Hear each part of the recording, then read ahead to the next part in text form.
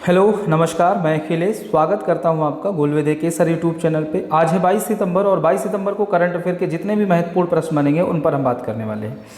Video को start करने से पहले एक छोटी सी रिक्वेस्ट है, वीडियो अगर आपको पसंद आता है तो वीडियो को लाइक और शेयर करना बिल्कुल मत भूलें, साथ ही साथ चैनल को सब्सक्राइब जरूर कर लें।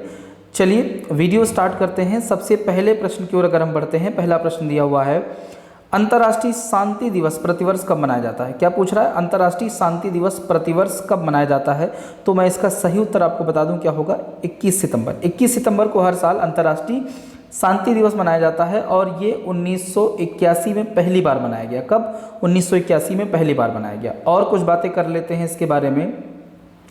अंतर्राष्ट्रीय शांति दिवस में और अगर हम देखना चाहें तो मैं आपको बता दूं, 2001 में क्या हुआ, संयुक्त राष्ट्र महासभा ने अहिंसा और संघर्ष विराम की अवधि के रूप में 21 सितंबर को नामित किया।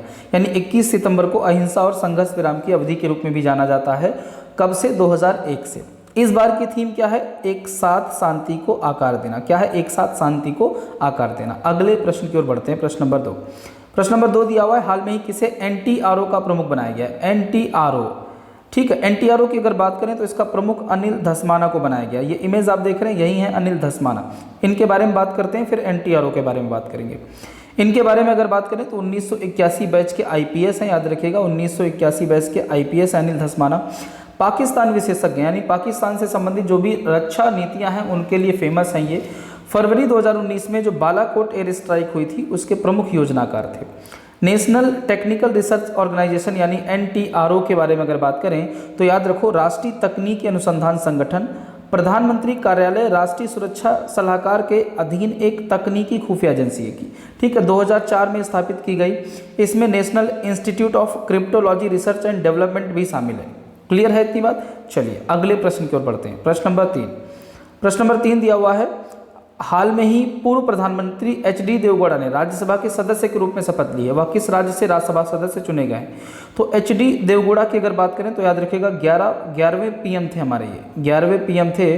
और कर्नाटक से इन्होंने अभी रिसेंटली क्या किया है, राज्यसभा सदस्य के रूप में शपथ ली है। एक इमेज आप देख रहे हैं, यही है HD देवगौड़ा। थोड़ी सी और इनके बारे में अगर हम आपको बातें बताना चाहें तो कुछ पॉइंट और इनके बारे में देख सकते हैं। क्या? समझिए। श्री देवगौड़ा 1 जून 1996 से 21 अप्रैल 1997 तक भारत के 11वें प्रधानमंत्री थे। इनकी डेट याद रखिएगा, पूछी जा सकती है।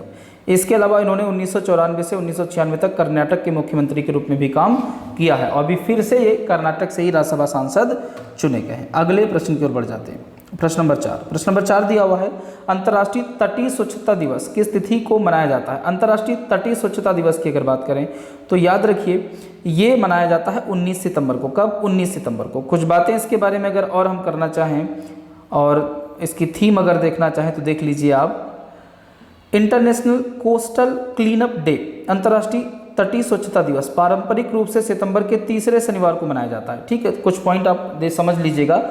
हर साल ये सितंबर के तीसरे शनिवार को मनाया जाता है। इस वर्ष 2020 में इस दिन को 19 सितंबर को मनाया गया। ठीक है, यानी इस साल कब पड़ा है? तीसरा शनिवार 19 सितंबर को, तो इसलिए इस बार 19 सितंबर को पड़ा, यानी 2020 में 19 सितंबर को पड़ा है। नॉर्मली हर साल अलग अलग पड़ेगा। ठीक है, थीम क्या है? Achieving a trash free coastline. क्या है? Achieving a trash free coastline. अगले प्रश्न की ओर बढ़ते हैं।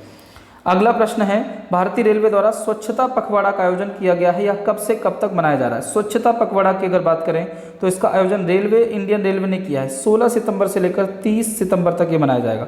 माफ कीजिएगा, 16 सितंबर से लेकर 30 सितंबर तक आपका ये मनाया जाएगा। ऑप्शन ए सही हो जाएगा। इसके बारे में अगर कुछ बात करें तो ये जो स्वच्छता पखवाड़ा आपका मनाया जा रहा है, इसके बारे में अगर कुछ बात की जाए तो 1-2 पॉइंट आपको और याद रखने हैं कि पखवाड़ा के दौरान प्लास्टिक कचरे प्रबंधन पर विशेष ध्यान देते हुए स्टेशनों, ट्रेनों, पटरियों, कॉलोनियों और अन्य रेलवे प्रस्थानों की व्यापक साफ सफाई और स्वच्छता पर विशेष ध्यान दिया जाएगा। मुख्य रूप से साफ सफाई को लेकर ये स्वच्छता पखवाड़ा आयोजित किया गया है इंडियन रेलवे के द्वारा, जो आपका चल रहा है 16 सितंबर से 30 सितंबर तक। अगले प्रश्न की ओर बढ़ते हैं। अगला प्रश्न है, पेटीएम फर्स्ट गेम्स द्वारा भारत के किस पूर्व क्रिकेटर को अपना ब्रांड एम्बेसडर नियुक्त किया गया है? तो अभी आपको पता है पेटीएम ने भी फर्स्ट गेम्स जो है लॉन्च कर दिए हैं और इसमें उसने सचिन तेंदुलकर को क्या किया है? अपना ब्रांड एम्बेसडर नियुक्त किया है।